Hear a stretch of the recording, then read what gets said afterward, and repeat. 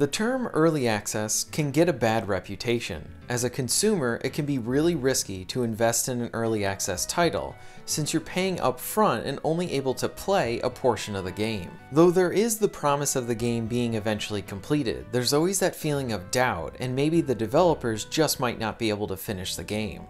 The other thing to consider is that the game may be fun to play, but the amount of content isn't there yet because the game isn't finished. There's a lot to consider with early access, but early access isn't all bad.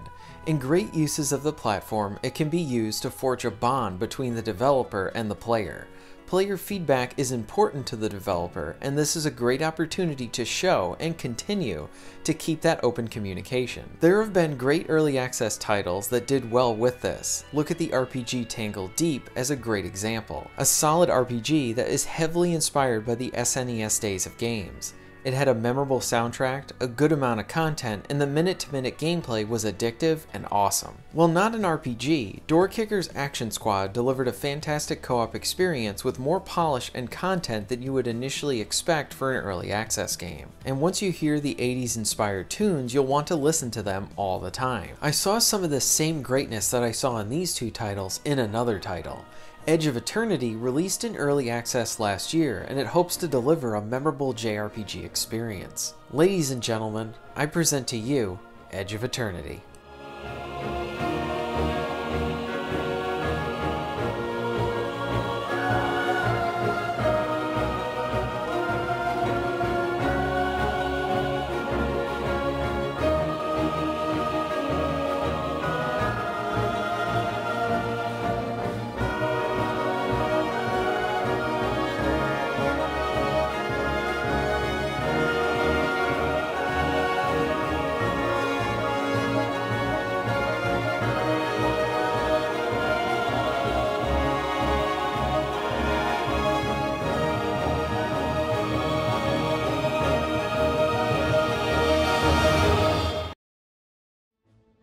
While the initial cutscene uses stills to tell its story, I was intrigued by the plot setup and where this adventure would take me. 30 years ago, strange metal airships appeared in our skies. We didn't know who they were, nor what they wanted. They first presented us with gifts, small tokens of their incredible technology. In exchange, all they wanted was food. Then they asked us permission to mine our soils. And finally, they wanted to take our crystals from us. I rather like how the story focuses on two siblings. There's a history and chemistry there, especially when they're interacting with each other. I really like how the first cave would have these points where the two of them would talk about their past, giving the player an insight into their childhood, their relationship, and the world itself. There are bigger things at play here, but the initial story decides to focus on these two on a mission to save their mother. Now, it isn't like this type of setup hasn't been done before, but what I liked about how familiar it was how easily it was to get into this world.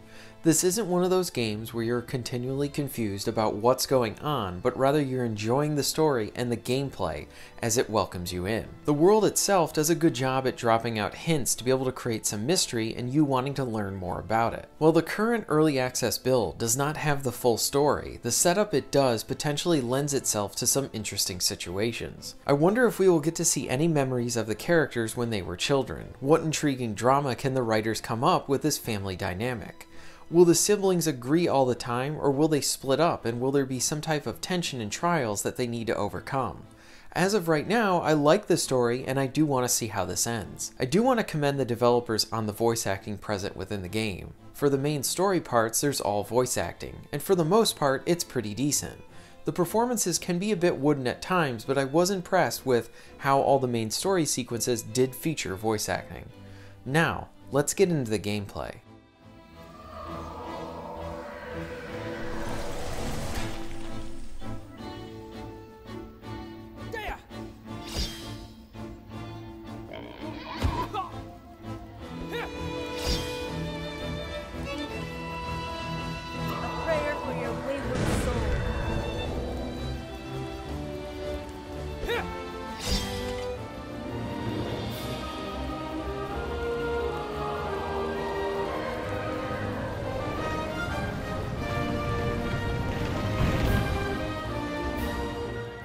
The battles play out like a traditional active turn-based battle system. You will exchange turns with the enemies you need to defeat. When it's one of your party's members' turns, you have a variety of options to use. You can use your basic attack to do some damage, or you can use magic and special moves.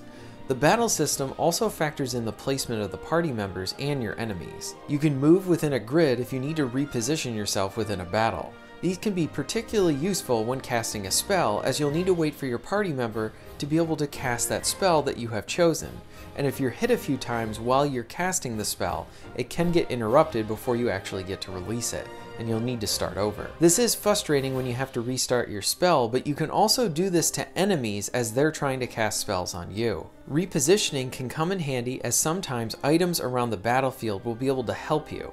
Sometimes there are these healing stations that will provide some continual healing throughout the fight. Enemies can also get these healing positions too, so it's to your advantage to be able to take them as fast as you can. Another neat aspect is how you might be using siege weapons around the battlefield. They can do a lot of damage to your enemies. I like the idea that there could be additional factors that could either help you or hurt you within fights. This is an area that I hope to see expanded upon because it adds another layer of strategy to the encounters.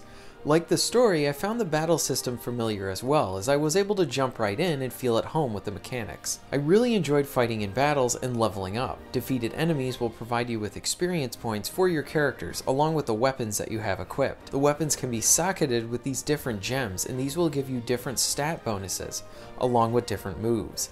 And I think this section of the leveling will really lend itself well to customization depending on what moves you want to use. There are also instances of needing to use the battle system as a means to solve some simple puzzles. I do think this is an interesting idea and is another area that I hope to see expanded upon within the full release. The game does have an open world that you can complete side quests in with a day and night cycle to it.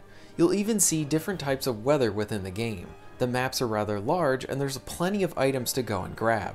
Just keep an eye out for all the items you can get and the many treasure chests that you'll find. While I haven't touched on this yet, I do need to commend the music. It's composed by the same composer of Chrono Trigger and Xenoblade Chronicles. The first track you are greeted to is at the main menu and it's outstanding, along with all the other tracks I experienced.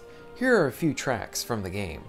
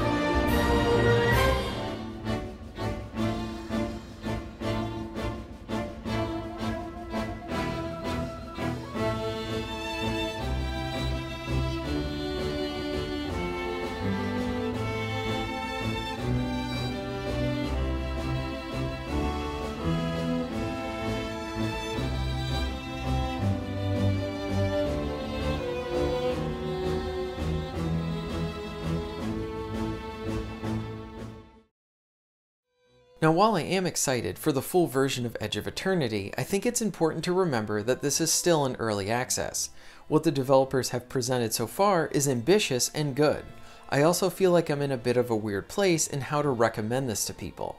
On the one hand, I really like what I have played and what the developers have planned, but on the other hand, I understand that the full game is not completed and it still has a ways to go. For those that enjoy JRPGs, I would recommend that you keep an eye on this one as the game develops. I completely understand the concerns with early access games and how you are essentially paying to play the game early but in an unfinished state. The quality that the developers have presented so far gives me faith that the rest of the game will be good. What I really like is how they have been continuously providing updates. I think open and consistent communication is important, especially for an early access title. The next large content drop is coming this March. As someone who grew up with JRPGs and loves finding new indie gems to play, I think this is one that really caught my attention. The story is familiar, while also having its own uniqueness and mystery about it. I love the potential of a sibling and family-oriented story, along with the potential conflicts and drama that could come out of it. The combat is another engaging aspect of the game and one that I want to spend more time with. The music score is one of the highlights of the presentation, as it really helps to give this game even more identity. The use of music is very important to a JRPG, because you require a really good soundtrack, especially within the combat encounters, as you'll be experiencing that theme several times over. Edge of Eternity is an early access title that has a lot of potential and has started out with a good foundation. I wish the developers the best of luck, and I look forward to the final game.